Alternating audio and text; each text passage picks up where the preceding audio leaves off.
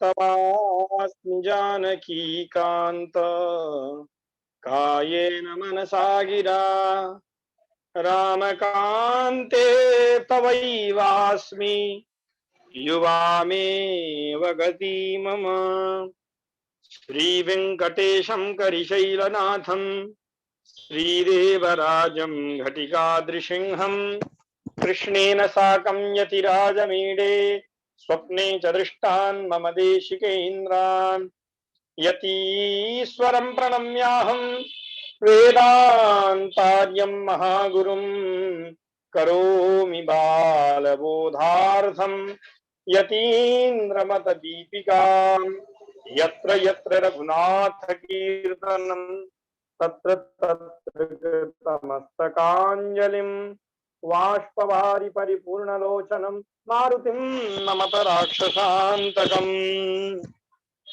सीतानाथ समारंभां श्रीरामानंदार्य मध्यमाम् अस्मदाचार्य पर्यन्तां वंदे गुरु परंपराम्।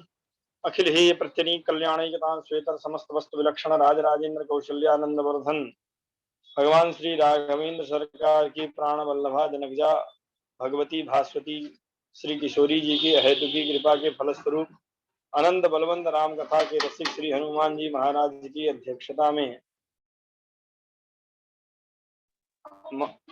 मानव जीवन को चरितार्थ करते हुए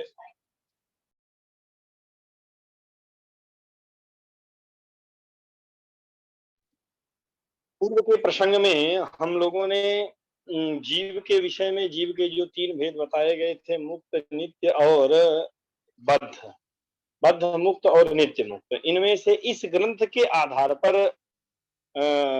ग्रंथकार ने एक विलक्षण बात जो कही थी, जिस पर हम लोगों ने चर्चा भी की थी, कि जो बद्ध जीव हैं उन बद्ध जीवों में इन्होंने एक विलक्षण जो बात कही कि ब्रह्मादि कीट पर्यंतास चेतन विशेषा। यह बात तो समझ में आई थी।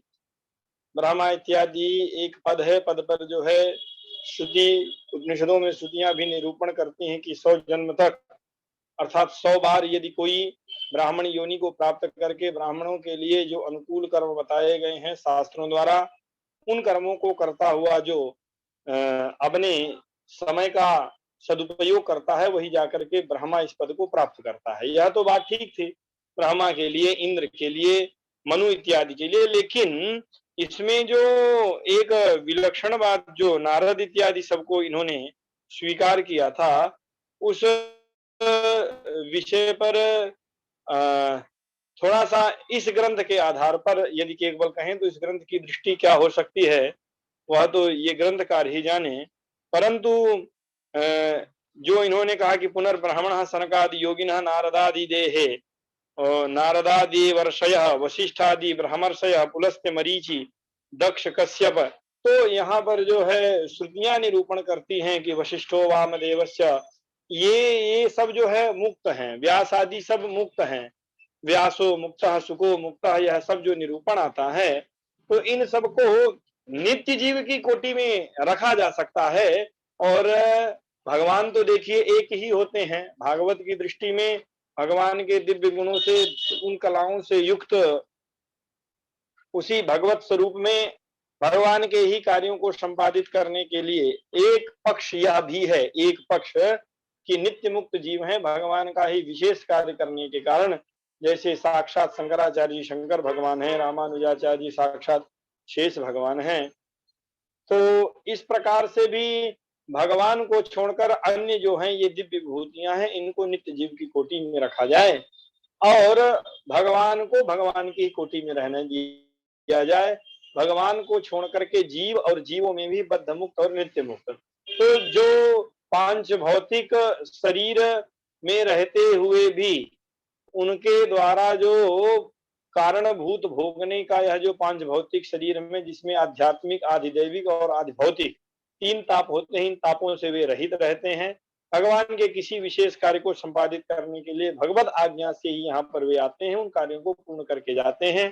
प्रकृति के सत्व तम और रज, सत्व रज तम, इन दोनों तीनों गुणों से वे रहित रहते हैं। इस प्रकार का चिंतन उसमें करना चाहिए, ऐसा आचार्यों का इस विषय पर कहना है। ग्रंथकार उस या बीच में बात यह छूट गई थी, इसलिए इस विषय पर हम सबको इस प्रकार की बुद्धि रखना चाहिए। इसके बाद जो है अब जीवों की चर्चा इस ग्रंथ में हुई थी, तो जीवों में भी अब आगे जो है बुभुक्षु जीव को लिया, बुभुक्षु और मुमुक्षु।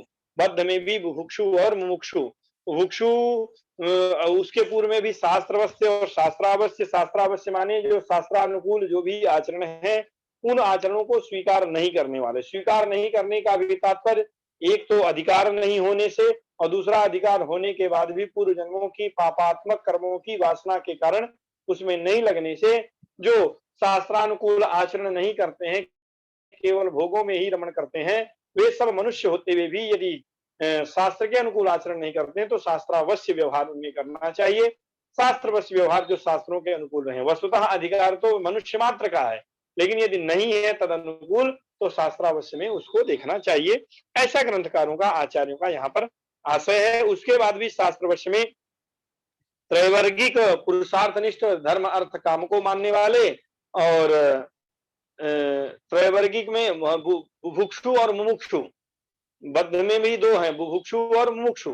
शास्त्रवश्य शास्त्रावश्य। शास्त्रवश्य शास्त्रावश्य में भी वस्तुतः बुभुक्षु जीवों को पशु इत्यादि भी सब बुभुक्षु जीव में के अंतर्गत ही आएंगे। इसलिए अन्य ग्रंथकारों ने बुभुक्षु श्रेणी एक अलग कर दी और मुमुक्षु श्रेणी एक अलग कर दी। शास्त्रवश्य शास्त्रावश्य एक अलग निरूपण कर दिया। लेकिन यहाँ के आधार पर बुभुक्षु और मुमुक्षु, बुभुक्षु मुमुक्षु में मनुष्य को छोड़ करके सब भोग योनियां है, इसलिए भोग मात्र के लिए होने से बुभुक्षु है। और मनुष्यों में भी शास्त्रवश्य शास्त्रावश्य दोनों में भी भोग की इच्छा करने वाले और मोक्ष की इच्छा करने वाले भी हैं। तो इनमें भी शास्त्रवश्य बुभुक्षु और शास्त्रावश्य बुभुक्षु दो प्रकार के बुभुक्षु देखे जाएंगे। तो शास्त्रवश्य बुभुक्षु माने शास्त्रानुकूल धर्म अर्थ काम, इन तीनों में से त्रैवर्गिक में जो बुभुक्षुओं की चर्चा की गई थी, तो त्रैवर्गिक में बुभुक्षुओं की जो श्रेणी बनाए तो धर्म काम और अर्थ मात्र की इच्छा करने वाले एक हो गए, एक धर्म पुरस्सर काम अर्थ और काम की इच्छा करने वाले हो गए। इसके बाद जो है एक मुमुक्षु हो गए कि धर्म अर्थ काम के बाद जो है। तो यहाँ तक जो हम लोगों ने यहाँ तक की चर्चा को देखा था। अब उसके बाद जो है मुमुक्षुओं की चर्चा हो रही थी। मुमुक्षुओं की चर्चा में दो प्रकार के मुमुक्षु होते हैं, एक कैवल्य परक मुमुक्षु होते हैं और एक मोक्ष परक मुमुक्षु होते हैं। भगवत परायण जो जीव है, आप जिज्ञासु अर्थार्थी, इनकी चर्चा में भी कैवल्य को चाहने वाले और मोक्ष को चाहने वाले दो प्रकार के। इनमें भी जो पूर्व में चर्चा हुई थी, कैवल्यम या नाम ज्ञान योगात प्रकृति वियुक्त स्वात्मानुभव रूपम। मैंने कहा कि कैवल्य को जो चाहने वाले हैं, मोक्ष को चाहने वाले हैं, ज्ञान योग के द्वारा प्रकृति वियुक्त अपनी आत्मा का अनुभव करना ही यह कैवल्य है। माने प्रकृति के संसर्ग का त्याग, यह बोध हो जाना कि मैं जीवात्मा हूं, इस जीवात्मा का शरीर जो है प्रकृति का यह पांच भौतिक शरीर है, यह जीवात्मा का शरीर है, मैं शरीरी हूं, शरीर और शरीरी में भेद होता है। तो इस प्रकार का अनुभव कराना यह कैवल्य है। इसी को ज्ञान मार्ग भी कहा गया। इस प्रकार का आत्मा अनुभव उसी पुरुष को होता है जो अर्चिरादि मार्ग से परम पद को जाता है। दृष्टांत दिया कि अपने पति से अलग होकर किसी कोने में बैठकर अपने सौंदर्य को देखकर प्रसन्न होने वाली पत्नी के समान ही भगवान के अनुभव से रहित वह स्वात्मानुभव नीरस है, ऐसा आचार्यों का कहना है। इस बात को बहुत ही ध्यान पूर्वक आप लोगों को समझने की आवश्यकता है, क्योंकि गीता में भी 12वें अध्याय का जो प्रथम श्लोक है, अर्जुन की जो जिज्ञासा है, एवं सतत युक्ता ये भक्तास्त्वाम पर्युपासते ये चाप्यक्षरम अव्यक्तम तेषाम के योग वित्तमा। एक तो आपका सतत चिंतन करने वाले हैं, और एक जो है अक्षर माने ज्ञान योग। ज्ञान योग को लेकर के वैष्णवों की ऐसी धारा नहीं है, लेकिन वर्तमान काल के जितने आचार्य हैं, जितने आचार्य का तात्पर्य केवल बाहुल्य से है, अधिकतर उनके निरूपणों में देखा जाता है। जिन्हें प्रामाणिक वक्ता मानते हैं उनके भी व्याख्यानों यह देखा जाता है कि ज्ञान धारा को मानने वाला, भक्ति धारा को मानने वाला, ज्ञान में भी निर्गुण निराकार परमात्मा को मानने वाला। अन्य टीकाओं में आप इस प्रकार का देख सकते हैं। मैं कही हुई नहीं, टीकाओं की बात भी आप लोगों को बता रहा हूं, जिसके प्रमाण हम आपको दे सकते हैं।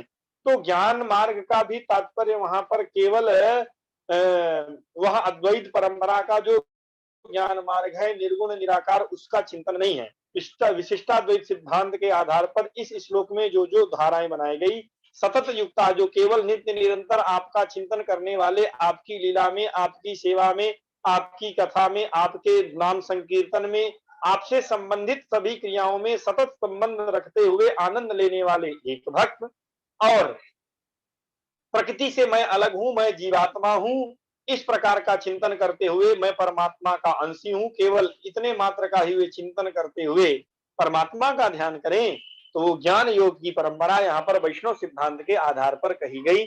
यहाँ पर भी जीव और ये परमात्मा को सगुण ही मानने वाले हैं, निर्गुण परमात्मा को नहीं मानते। अंतर क्या है दोनों में, कि एक भगवान से संबंध बढ़ाता हुआ आगे की ओर बढ़ता है, और एक भगवान से विलग होता हुआ, भगवान की लीला से सबसे अलग होता, मैं प्रकृति नहीं हूं, मैं जीव हूं, मेरे लिए प्राप्त परमात्मा है, मुझे परमात्मा को प्राप्त करना है, संसार के संबंधों से अलग होने का प्रयत्न करता है। यह ज्ञान मार्ग की परंपरा है। तो इस प्रकार से वही बात कहा कि अपने पति से अलग होकर किसी कोने में बैठकर अपने सौंदर्य को देखकर प्रसन्न होने वाली पत्नी के समान ही भगवान के अनुभव से रहित स्वात्मानुभव मार्ग ही यह यहाँ का ज्ञान मार्ग है। द्वाविमौ पुरुषौ लोके क्षरश्चाक्षर एव च, तो जो अक्षर की बात कही गई, जो ज्ञान योग की बात कही गई, वो ये है। इसीलिए यहाँ पर जो है एक अक्षर और एक क्षर है। क्षर में इसीलिए कहा कि परमात्मा इनसे भी अलग है। ज्ञान होने के बाद भी परमात्मा का ज्ञान, प्रकृति का ज्ञान, सबका ज्ञान होने के बाद, ज्ञान संपन्न होने के बाद भी जीव इसीलिए परमात्मा नहीं हो सकता, क्योंकि गीता में भगवान ने स्वयं कहा कि द्वाविमौ पुरुषौ लोके, इमौ लोके द्वौ पुरुषौ क्षर अक्षरस्य, और उसके बाद कहा उत्तमः पुरुषस्तु अन्यः, कहा कि जो उत्तम इन दोनों से भी श्रेष्ठ जो परमात्मा है वह अन्य है, उत्तमः पुरुषस्तु अन्यः। तो इस प्रकार से यहाँ के इस स्वरूप को समझने का आप सबको प्रयत्न करना चाहिए। तो जो केवल स्वात्मानुभव का मैं प्रकृति से अलग हूं, मैं प्रकृति नहीं हूं, मैं जीव हूं, इस यथार्थ चिंतन को करता हुआ जो रहता है, उसके लिए कहा कि यह नीरस है। कुछ लोगों का ऐसा भी कहना है कि कैवल्यार्थी पुरुष प्रकृति मंडल में ही रहकर अपनी आत्मा का अनुभव करता है, क्योंकि श्रुतियां भी इस विषय में निरूपण करती हैं। वही लिखा कि केचित अर्चिरादि मार्गेण गतस्य अपुनरावृत्ति श्रवणात् प्रकृति मंडले एव क्वचित देशे स्वात्मानुभव इति आहुः।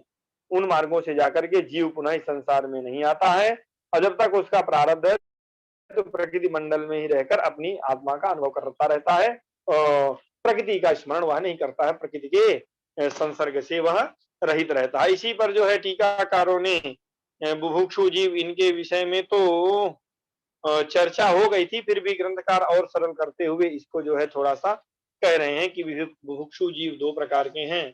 जो भोग को चाहे वही बुभुक्षु जीव है, भोक्तुम इच्छवः बुभुक्षवः, भोग की इच्छा करने वाले ही बुभुक्षु होते हैं, और जो मोक्ष की इच्छा करने वाले हैं मोक्षम इच्छुकाः अथवा मोक्षम इच्छवः, इच्छाम कुर्वन्ति ये ते इच्छवः मुमुक्षवः। पुरुषार्थ में धर्म अर्थ काम मोक्ष सब आप लोगों को ज्ञात ही है। तीन प्रकार के त्रैवर्गिकों को इच्छा करने वाले बुभुक्षु हैं। उनमें से जो है केवल कुछ जो हैं अर्थ और काम की इच्छा करने वाले हैं, एक धर्म पुरस्सर काम और अर्थ की इच्छा करने वाले हैं। इन्हीं से अपनी इच्छाओं की पूर्ति करते रहते हैं, और इन विषयों में लगभग सारी चर्चाएं हो चुकी हैं। इसके बाद आगे देखेंगे तो मुमुक्षु जीवों के स्वरूप भेद में भी कैवल्य परायण जीवों के विषय में थोड़ी सी चर्चा की, उसको देखते हैं कि ज्ञान योग के उत्पन्न हो जाने से प्राकृतिक संबंध से रहित जो ज्ञान स्वरूप तथा आनंद स्वरूप आत्मा का स्वरूप है, उसका अनुभव करना ही कैवल्य है। जो एक बात कही जाती है ना, वैष्णवों में वैसे तो 4 प्रकार की ही मुक्ति को सम्मान दिया जाता है। 5वीं मुक्ति जो कैवल्य मुक्ति अद्वैत भी कहते हैं, तो उसको स्वीकार नहीं करते, ऐसा नहीं। मैं नहीं कह रहा हूं, ग्रंथकार के शब्द है। कैवल्य मुक्ति को यह भी स्वीकार करते हैं, लेकिन कैवल्य मुक्ति है कैसे?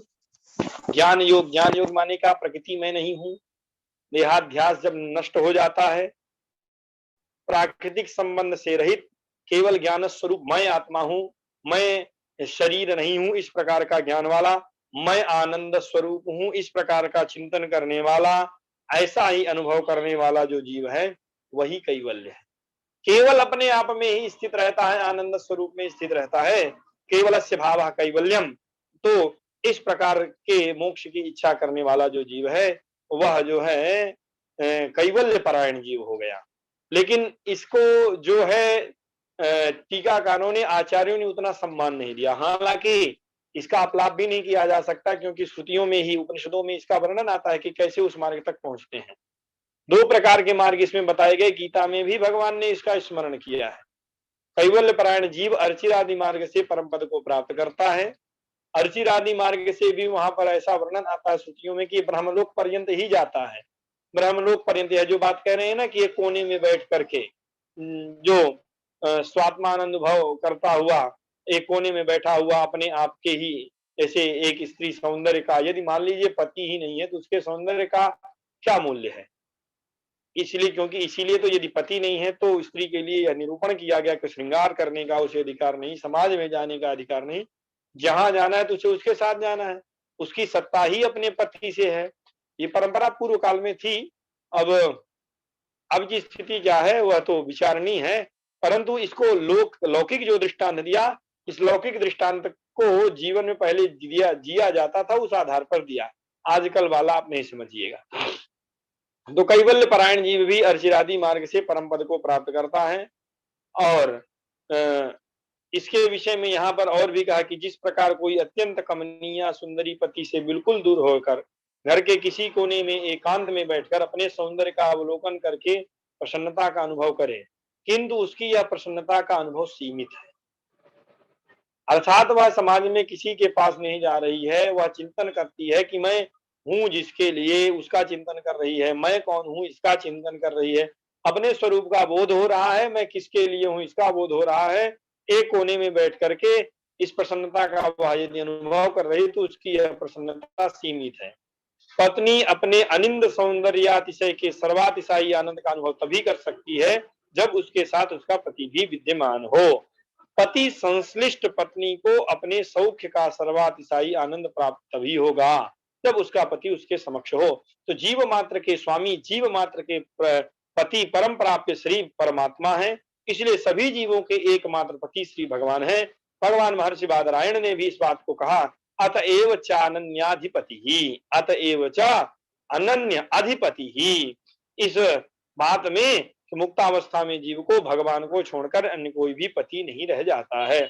इसीलिए रसिक संप्रदाय इत्यादि में भी है, उसका अभ्यास करने की एक परंपरा है कि स्त्री, सभी जीव स्त्री हैं और परमात्मा ही एकमात्र पुरुष है। हम सब जो है उनकी नित्य सखियां हैं, नित्य सहचरी हैं, अथवा उनकी पत्नी है, वे हमारे पति हैं, स्वामी हैं, ऐसा चिंतन वहां पर किया जाता है। नास्ति अन्यः परमात् व्यतिरिक्त अधिपति यस्याः असौ, असौ स्त्रीलिंग का प्रयोग कर रहे हैं, यस्याः, तो ये सारी की सारी पत्नियां हैं।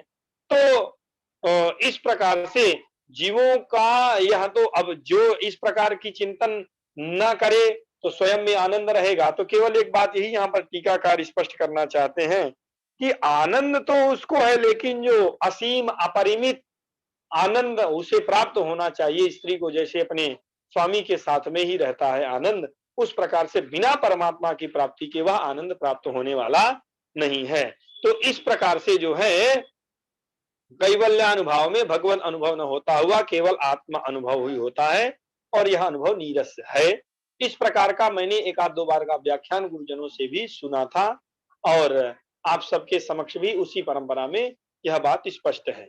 अर्चिरादि मार्गों के भी विषय में वर्णन जो है इसमें भरत राजाचार्य जी के द्वारा किया जा रहा है। श्रुतियां भी करती हैं कि मुक्त जीव चंद्रलोक के बाद वैकुंठ लोक के मार्ग में बिरजा नदी को पार करके 12 अतिवाहकों के द्वारा सम्मानित होकर के आगे की ओर बढ़ता है, बिरजा नदी को पार करके भगवान के वैकुंठ में प्राप्त जाता है।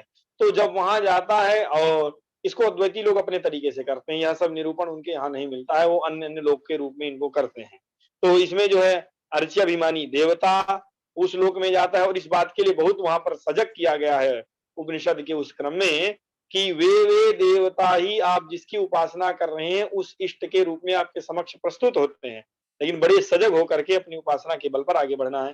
तो पहला जो है अर्चाभिमानी देवता है, दूसरे हैं दिनाभिमानी देवता, पूर्व पक्ष शुक्ल पक्ष के अभिमानी देवता, पक्ष के अभिमानी देवता, फिर उसके बाद अयन उत्तरायण और दक्षिणायन के देवता, उत्तरायण दक्षिणायन से जो वर्ष का निर्धारण होता है तो वर्षाभिमानी देवता, फिर उसके बाद वायु के अभिमानी देवता, सूर्य के अभिमानी देवता, चंद्र के अभिमानी देवता, विद्युत के अभिमानी देवता, वरुण के अभिमानी देवता, इंद्र आदि के अभिमानी देवता, ब्रह्म के, ब्रह्मलोक पर्यंत जो चर्चा की गई ना, ब्रह्म के अभिमानी देवता। 12 पर्वों वाले वैकुंठ में सतत लोगों के अभिमानी देवताओं का उत्क्रमण करते हुए अतिवाहिक रूप में उस मुक्त जीव का ये सम्मान करते हैं। उसके पश्चात प्रकृति मंडल की सीमा का वह छेदन करता है, ब्रह्मलोक पर्यंत जो है प्रकृति मंडल स्वीकार किया जाता है। इसके विषय में पूर्व में भी चर्चा हो चुकी है कि ब्रह्मांड पर्यंत स्वयं परमात्मा ही सृष्टि का प्रणयन करते हैं। तो इस रूप में जो है मुक्त जीव का सम्मान करने के बाद प्रकृति मंडल की सीमा का छेदन करते हुए इस भूमि पर विद्यमान दिव्य बिरजा नदी को पार करके जीव अमानव कर से स्पृष्ट होकर, अर्थात मानवों के द्वारा निर्मित नहीं, मानव अर्थात ये सब देवता इत्यादि को लेकर के पांच भौतिक शरीर से रहित आविर्भूत गुणाष्टक अपने परिशुद्ध रूप से समाम्नान करता हुआ भगवान के सारूप्य को सर्वप्रथम प्राप्त करता है कि उस प्रकार का स्वरूप ही उसे प्राप्त होगा। तो उसी साम्य वाला सारूप्य स्वरूप को प्राप्त करके श्री वैकुंठ लोक में प्रवेश करता है। वहां पहुंचकर श्री भगवान का सामीप्य प्राप्त करता है, सानिध्य प्राप्त करता है और उनके द्वारा अभिनंदित होकर के कृतकृत्य हो जाता है। जो बात हम आपको कह रहे थे गीता में भी इसका निरूपण है, उसको यहाँ पर ग्रंथकार भी कहते हैं कि अग्निर्ज्योतिरः शुक्लः षण्मासा उत्तरायणम तत्र प्रयाता गच्छन्ति ब्रह्म ब्रह्म विदो जनाः। अग्नि, ज्योति, दिन, शुक्ल पक्ष, शुक्ला से शुक्ल पक्ष, षण्मासा से उत्तरायण और दक्षिणायन, और फिर 6 महीनों के बाद जो है इतने में इसी का संकेत करते हुए अन्य सबका इसी में निरूपण करके ब्रह्मवेत्ता जन ब्रह्म को प्राप्त करते हैं। अग्नि रूप से ज्योति, दिन, शुक्ल पक्ष, उत्तरायण 6 महीने इत्यादि संवत्सर इत्यादि का इसमें जो है संकेत है। छांदोग्योपनिषद में जो हम चर्चा आपसे कर रहे थे कि तेर्चिशमभि संभवन्ति अर्चिषो रहरहन्न आपूर्यमाण पक्ष मापूर्यमाण पक्षात् यान षडुदंगेति मासास्तान मासेभ्यत संवत्सरम, वहां पर बहुत विस्तृत प्रकरण है यह सब। तो इनमें जो है अर्चिरादि मार्ग का स्पष्ट रूप से वर्णन करके वह जो है जीव जो है कैवल्य की जो है जो चर्चा की गई इसका यह स्वरूप रहा। उसके बाद मोक्ष परक जो मुमुक्षु जीव हैं उन मुमुक्षु जीवों का भी अब भेद किया जा रहा है। ये तो एक इनको निपटा करके शांति पा लिए, क्योंकि इनमें रस नहीं है, निरूपण मिलता है श्रुतियों के द्वारा तो कहना तो पड़ेगा। नीरस है, अपने आप में मगन रहो तो मगन, हमसे क्या मतलब, भगवान से संबंध रखने वाले हो, हम राम जी के तो राम जी हमारे हैं, तो राम जी से संबंधित जो है वो सब हमारे हैं, ऐसा आश्रय लेकर के अब जो दूसरे हैं मोक्ष परक, अब उनकी जो है विस्तृत चर्चा करने को ग्रंथकार उद्यत हैं। मोक्ष पराश्च द्विविधा, मोक्ष परक जो है 2 प्रकार के जीव होते हैं।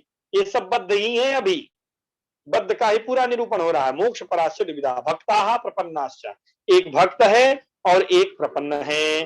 भक्त कौन है? तो भक्ताः पुनः अधीत सांग सशिरस्क वेदाः पूर्वोत्तर मीमांसा परिचयात् अचित चिद विलक्षण अनवधिक अतिशयानंद रूपम निखिल हेय प्रत्यनीकम समस्त कल्याण गुणात्मकम ब्रह्मावधार्य तत्प्राप्ति उपाय भूताम सांगाम भक्तिम स्वीकृत्य तया मोक्षम प्राप्तु कामाः।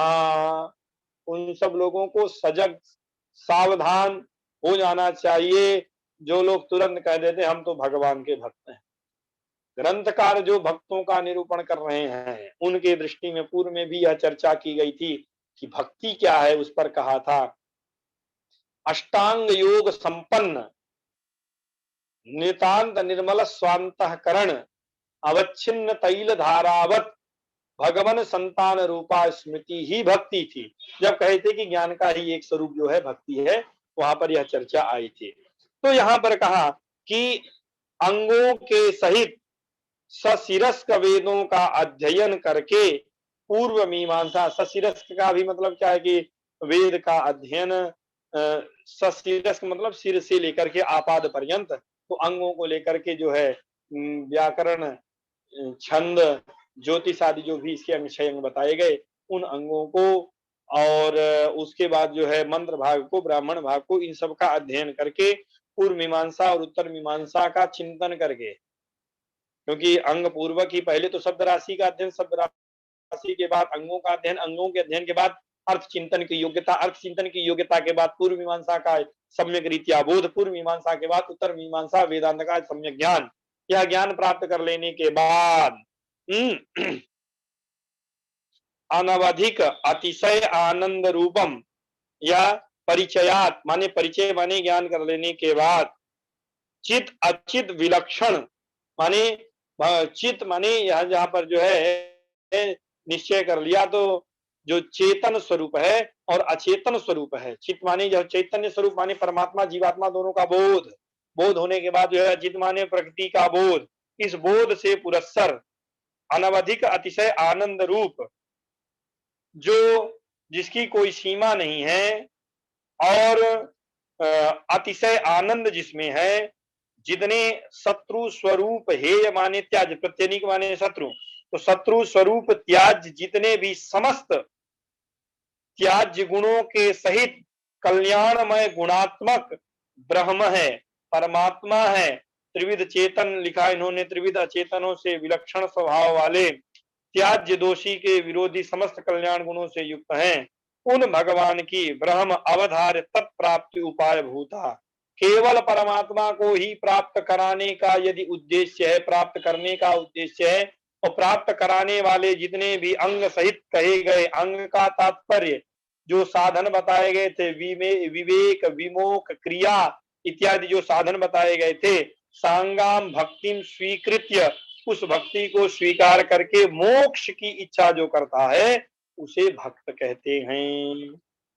भक्तावधिकार त्रैवर्णिका नाम एवं, जो पहले आपने एक चर्चा की थी कि भक्ति में जो बात कही गई थी, तो यह बात सिद्धांत की है कि भक्ति में अधिकार केवल त्रैवर्णिकों का ही है। देवादीनाम अपि अस्ति, देवताओं का भी इसमें अधिकार है, भक्ति योग में उनका अधिकार है। अर्थित्व सामर्थ्ययोः संभवात, कहा कि देवताओं में भगवत प्राप्ति का अर्थित्व माने उनकी इच्छा, साधन, अर्थ माने साधन भी होता है, तो उसके प्रति साधन, इच्छा और भक्ति का सामर्थ्य, उनमें योग्यता होने के बाद, भक्ति योग में भक्तौ कहा कि न शूद्राणाम अधिकारा, शूद्रों का उसमें अधिकार नहीं है। भगवान की प्राप्ति में अधिकार नहीं है ऐसा नहीं है, सर्वे प्रपत्तेर अधिकारिणा, किसी भी मार्ग से लक्ष्य को हमें प्राप्त करने का उद्देश्य रखना चाहिए। तो यदि हमें भगवान प्राप्त हो रहे हैं, हमें कह दिया गया कि भाई साहब आपको यदि यहाँ से सरयू जी जाना है, आप जल्दी से पहुंच सकते हैं, और बड़ा बढ़िया इसका साधन बताया गया, गाड़ी उठाइए लेकर के जाइए। अब गाड़ी चलाने का आपका अधिकार नहीं है, एक कई कारण कैसे, आपका पैर ही नीचे तक नहीं पहुंचता, आपको गाड़ी चलाना नहीं आता, आपको गाड़ी चलाना आता है, पैर भी पहुंचता, आपके पास गाड़ी खरीदने को पैसा नहीं है, गाड़ी भी रखे तेल डलाने को पैसा नहीं, तो ऐसे नाना प्रकार के कारण बन सकते हैं। तो लेकिन आपके भगवान ने पैर तो दे रखे हैं, टाइम लगेगा, थोड़ा सा लगेगा, लेकिन अर्थ तो आपको है। तो इसी प्रकार से इस पे कुतर्क न करते हुए इन बातों को समझने का प्रयत्न करना चाहिए। तो भक्ति योग में शूद्रों का अधिकार नहीं है। क्यों नहीं है? तो कहा कि अपशूद्राधिकरण विरोधात, कहा कि इसलिए नहीं क्योंकि उनका अधिकार मानने पर अपशूद्राधिकरण से विरोध हो जाएगा। यह एक अधिकरण ही ब्रह्म सूत्र में, वहां पर अलग अलग अधिकरण बनाए गए हैं विषयों को लेकर के, तो उससे सीधा सीधा विरोध हो जाएगा। और कहा कि भक्ति स्वरूपम तो बुद्धि परिच्छेदे प्रतिपादितम, वो भक्ति के स्वरूप यदि फिर से यदि मान लीजिए कि प्रमत्त है, प्रमाद से ग्रस्त है, और उसको स्मरण में नहीं, कहा कि भक्ति की चर्चा तो कर रहे हो, भक्ति है क्या बताइए, बिल्कुल आवश्यकता नहीं है। जब हमने बुद्धि का निरूपण किया था, ज्ञान का निरूपण किया था, धर्मभूत ज्ञान का, तब हम भक्ति बता चुके थे, वहीं पर फिर से स्मरण कर लीजिए। और भक्ता द्विविधा, दो प्रकार के भक्त होते हैं। देखिए दो प्रकार के मुमुक्षु बताए गए, एक भक्त और एक प्रपन्न। अब बताया जा रहा है कि भक्त दो प्रकार के होते हैं। भक्ता द्विविधा, साधन भक्ति निष्ठा, साध्य भक्ति निष्ठा, माने एक साधन भक्ति निष्ठा, साधन भक्ति में निष्ठा रखने वाले, और दूसरे साध्य भक्ति में निष्ठा रखने वाले। कहा कि उदाहरण एक आध दो बताइए। साधन भक्ति निष्ठा व्यासादयः। साधन माने भक्ति को साधन मान करके आगे बढ़ने का प्रयत्न करने वाले व्यास आदि हैं। व्यास आदि साधन भक्ति निष्ठ हैं और नाथ मुनि आदि जो हैं साध्य भक्ति निष्ठ हैं, जो भक्ति को ही साध्य मानते हैं। तो इस प्रकार से ग्रंथकार ने मूल मूल यहाँ का निरूपण किया। अब इसके बाद का निरूपण जो है इसी बात पर चर्चा कल करेंगे और कल जो है प्रपन्नों के स्वरूप का निरूपण किया जाएगा। तो आज का सत्र यहीं तक, इसके बाद की चर्चा कल के सत्र में